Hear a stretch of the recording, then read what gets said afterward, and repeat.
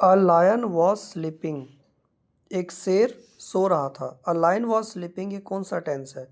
ये past continuous tense है जिसमें was verb plus V1 ING आता है। अ लायन वॉज स्लीपिंग, एक शेर सो रहा था। And a mouse disturb. A mouse, mouse मतलब चूहा। डिस्टर्ब मतलब परेशान करता था। ये कौन सा टेंस है? ये है पास्ट इंडेफिनिट टेंस या सिंपल पास्ट टेंस जिसमें subject plus V2 plus object आता है। तो यहाँ पे माउस क्या है? सब्जेक्ट। और V2 क्या हो गया? डिस्टर्ब्ड। डिस्टर्ब मतलब परेशान करना, disturbed, second form of disturb. तो अ माउस डिस्टर्ब, चूहा परेशान करता था। हीज स्लीप, उसकी नींद को। हिज स्लीप, किसकी नींद को? तो यहाँ पे क्या है? लायन। लायन की नींद को चूहा परेशान करता था। शेर सो रहा था तो उसको चूहा परेशान कर रही थी। द लायन कॉट, शेर ने पकड़ लिया। ये जो स्टोरी होती है इसमें ज़्यादातर जो सेंटेंसेस होता है वह पास्ट इंडिफिनिट सेंटेंस का यूज होता है, क्योंकि कोई भी स्टोरी वह हो चुकी है, पास्ट हो चुका है। तो द लायन कॉट मतलब शेर ने पकड़ लिया। द टाइनी माउस, टाइनी मतलब यहाँ पे क्या है? छोटा। TINY, टाइनी मतलब छोटा यानी small. The tiny mouse, the lion caught the tiny mouse, शेर ने पकड़ लिया किसको? चूहे को। एंड और tried to kill her, and कोशिश किया, ट्राइड कोशिश किया, टू किल हर, किल मतलब मारना, किल मतलब क्या होता है? जान से मारना। तो किल हर उसको मारने की। अंडर हिज पाव, अंडर हिज पाव मतलब पाव मतलब होता है पंजा।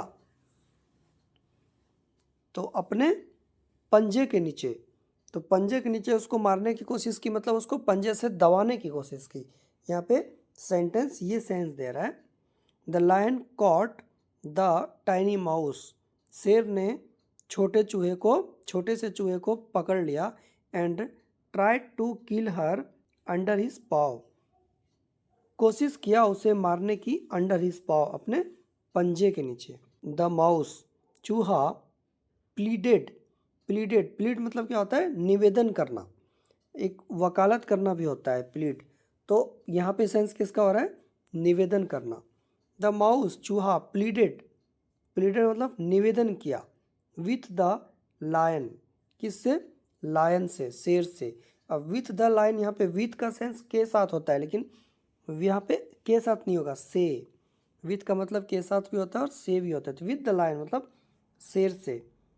द माउस प्लीडेड, चूहे ने निवेदन किया। विद द लायन, शेर से। To spare her life, to spare her life, spare का मतलब क्या होता है? अतिरिक्त, एक्स्ट्रा। लेकिन यहाँ पे जो स्पेयर है इसका मतलब एक्स्ट्रा नहीं है। यहाँ पे स्पेयर का मतलब छोड़ने की बात हो रही है, जैसे कि बख्शना किसी को। टू स्पेयर हर लाइफ, तो उसने की क्या निवेदन किया? चूहे ने शेर से क्या निवेदन किया? स्पेयर हर लाइफ, कि हमें छोड़ दो या उसकी ज़िंदगी को जाने दो, बचा लो। एंड और प्रोमिस्ड, प्रोमिस किया। टू रीपे, टू रीपे मतलब चुकाने के लिए या भुगतान करने के लिए। द लायन, शेर को। इन द फ्यूचर, भविष्य में। तो देखिए इसको ब्रेक करके के पढ़ते हैं। द माउस प्लीडेड, चूहे ने निवेदन किया। विद द लायन, शेर से।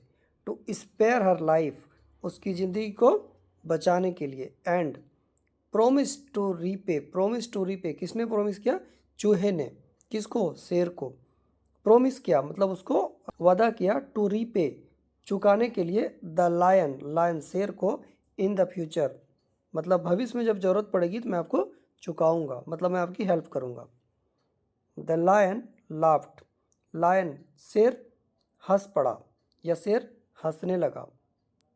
Thinking how a tiny mouse would help him, thinking मतलब सोच कर, थिंकिंग मतलब यहाँ पे क्या? सोच कर।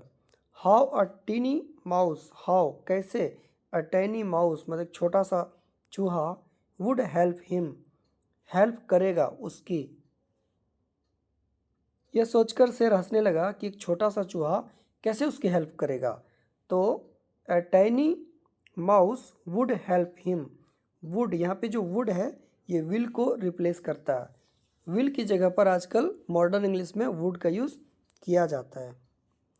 तो एक tiny mouse would help him, ऐसे एक टेनी माउस, एक छोटा सा चूहा, वुड हेल्प, सहायता करेगा, हिम, उसकी। ही फ्रीड, उसने फ्री कर दिया, उसने मुक्त कर दिया। किसने मुक्त कर दिया? शेर ने। But he freed her anyway, उसे। बट ही फ्रीड, लेकिन उसने मुक्त कर दिया, हर, उसे, किसे? चूहे को। एनीवे, एनीवे मतलब फिर भी या फिर किसी तरह। डेज लेटर, दिनों के बाद। डेज लेटर मतलब बहुत दिनों के बाद। डेज, एस लगा यहाँ पे, तो बहुत दिनों के बाद या कुछ दिनों के बाद। हंटर्स, हंटर्स मतलब क्या होता है? हंटर्स, हंट मतलब क्या होता है? शिकार करना। हंटर मतलब शिकारी। हंटर्स ट्रैप्ड, ट्रैप्ड मतलब क्या होता है? फंसाना। हंटर्स, शिकारी ने फंसा लिया द लायन, किसको? लायन को। हंटर्स मतलब शिकारी, ट्रैप्ड फंसा लिया, द लायन, लायन को, इन अ नेट, एक नेट में, एक जाल में।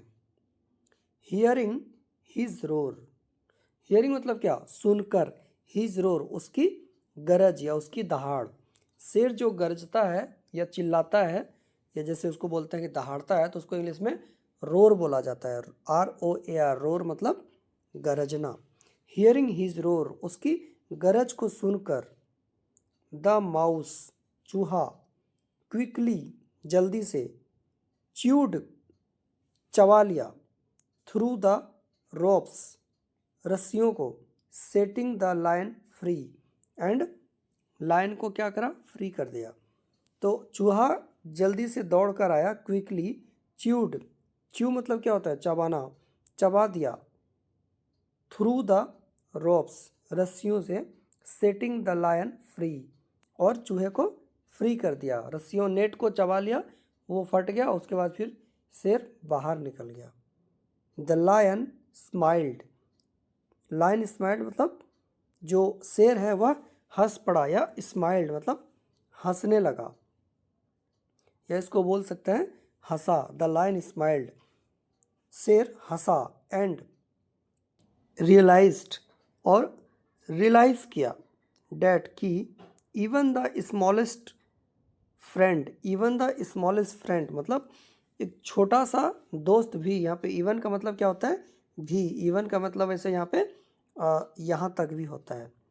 एंड रियलाइज, रियलाइज किया, दैट कि इवन द स्मॉलेस्ट फ्रेंड, छोटा दोस्त भी, कुड बी हेल्पफुल, हेल्पफुल हो सकता है। छोटा सा दोस्त भी, छोटा सा दोस्त भी सहायक हो सकता है, या सहायतापूर्ण हो सकता है, या हेल्प कर सकता है। जहाँ कि इसके पहले वो उसको क्या समझ रहा था? एक छोटा सा चूहा हमारी क्या हेल्प करेगा, लेकिन अभी उसने हेल्प किया। अब यहाँ पे देखिए मोरल क्या कहता है। No act of kindness, no act of kindness is ever wasted. No act of kindness is ever wasted. देखिए एक्ट ऑफ काइंडनेस मतलब क्या होता है? काइंडनेस मतलब दयालुता। जब हम किसी पे कुछ दया करते हैं तो दयालुता, काइंडनेस। ऑफ एक्ट मतलब दयालुता का काम, इज एवर, एवर मतलब कभी, वेस्टेड, वेस्टेड मतलब दयालुता का काम कभी व्यर्थ हो सकता है। लेकिन यहाँ पे आगे क्या लगा है? नो, तो कभी नहीं हो सकता है। दयालुता का काम कभी व्यर्थ नहीं हो सकता है। Even the smallest creature, smallest creature मतलब छोटा जीव। इवन द स्मॉलेस्ट क्रीचर, छोटा जीव भी, यहाँ पे इवन का मतलब भी होता है। तो इवन द स्मॉलेस्ट क्रीचर, छोटा जीव भी, कैन हेल्प, सहायता कर सकता है, इन बिग वेज, बड़े रास्तों में। तो छोटा सा जानवर भी, छोटा सा जीव भी हेल्प कर सकता है बड़े से रास्तों में।